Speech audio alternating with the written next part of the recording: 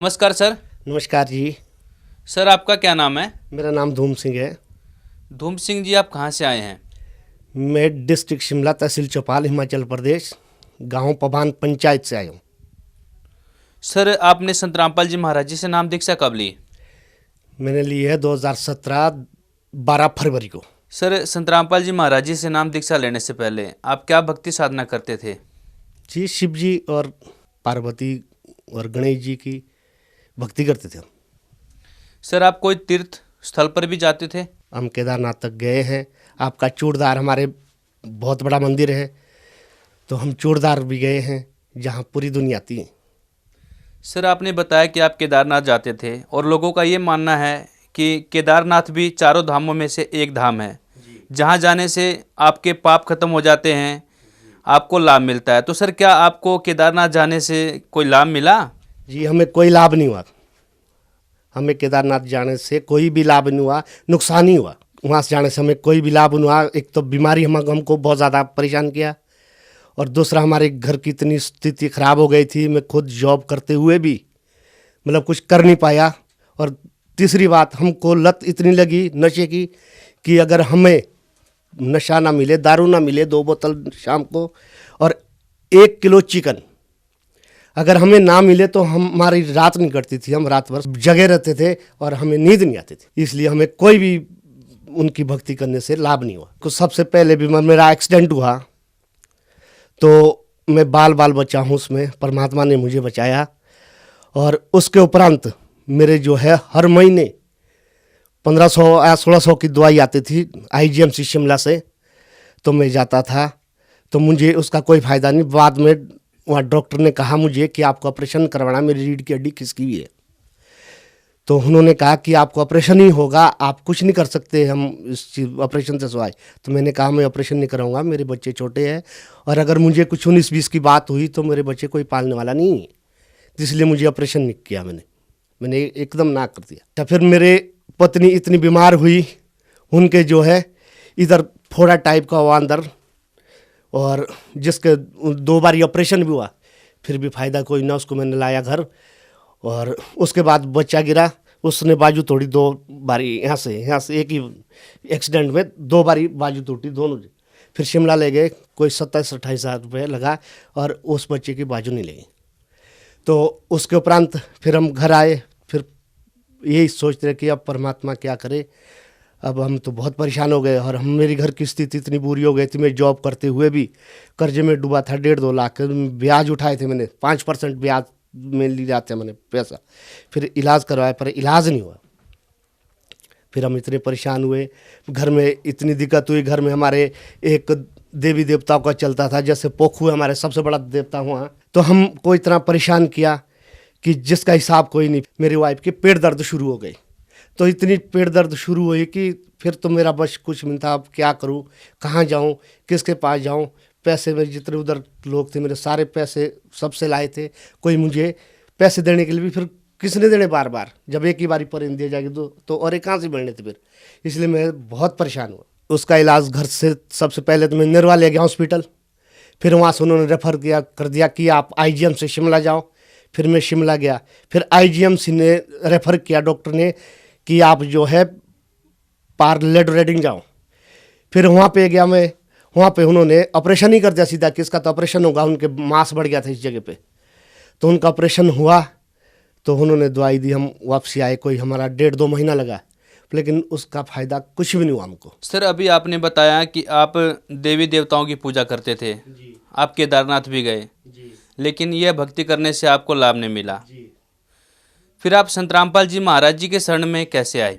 जी, मैं न्यूज़ देख रहा था एक दिन शाम को, तब तक 7:40 हो गया था। फिर साधना टीवी में दे रहे थे गुरु जी का सत्संग, कि संत रामपाल जी का सत्संग। फिर मैंने उसको देखा। फिर उस देखते मैंने सोचा यही शायद हमारा कल्याण कर सकते हैं, तो इसलिए मैं उनकी शरण में उस वजह से गया हूँ। जी, हम परेशान थे, हमारे भी जो है बहुत बुरा हाल था। हम किसी के देवते की भक्ति तो हमने सबके कर दी थी, पर हमें कोई भी लाभ नहीं हुआ। पर लास्ट चांस यही था कि अगर मिले तो परमात्मा मिले, नहीं तो हमारी कोई भी भक्ति और कोई भी लाभ हमें कहीं नहीं हो सकता। इस वजह से हम जो है गुरु जी के शरण में आए। संत रामपाल जी महाराज जी से नाम दीक्षा लेने के बाद आपको क्या लाभ प्राप्त हुए? सबसे पहला लाभ तो हुआ कि भाई मैं जो दारू पीता था, चिकन खाता था, उससे मुझे छुटकारा मिला।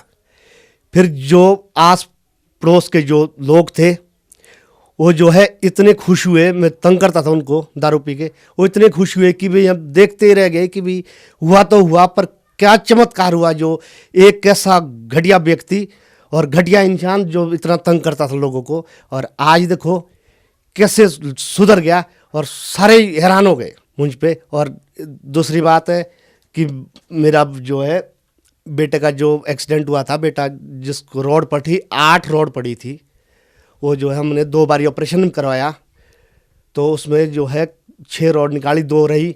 तो फिर बाद उन्होंने बोला ये हमेशा के लिए पड़ गई ये रोड, ये फिर निकलेगी नहीं। तो जब हम गुरु जी की शरण में आए तो उसके बाद मैंने जो है उनका इलाज करवाया, उनके एक्सरे करवाए, तो उसमें रोड ही साफ हुई, उसमें एक्सरे में कुछ भी नहीं आया। तो हमको इतने बढ़िया लाभ हुए संत रामपाल जी महाराज की शरण में आने से। जो है हाथ भी ठीक हो गया और उनकी जो 2 रोड बची थी वो भी गायब हो गई, वो एकदम ठीक हो गए।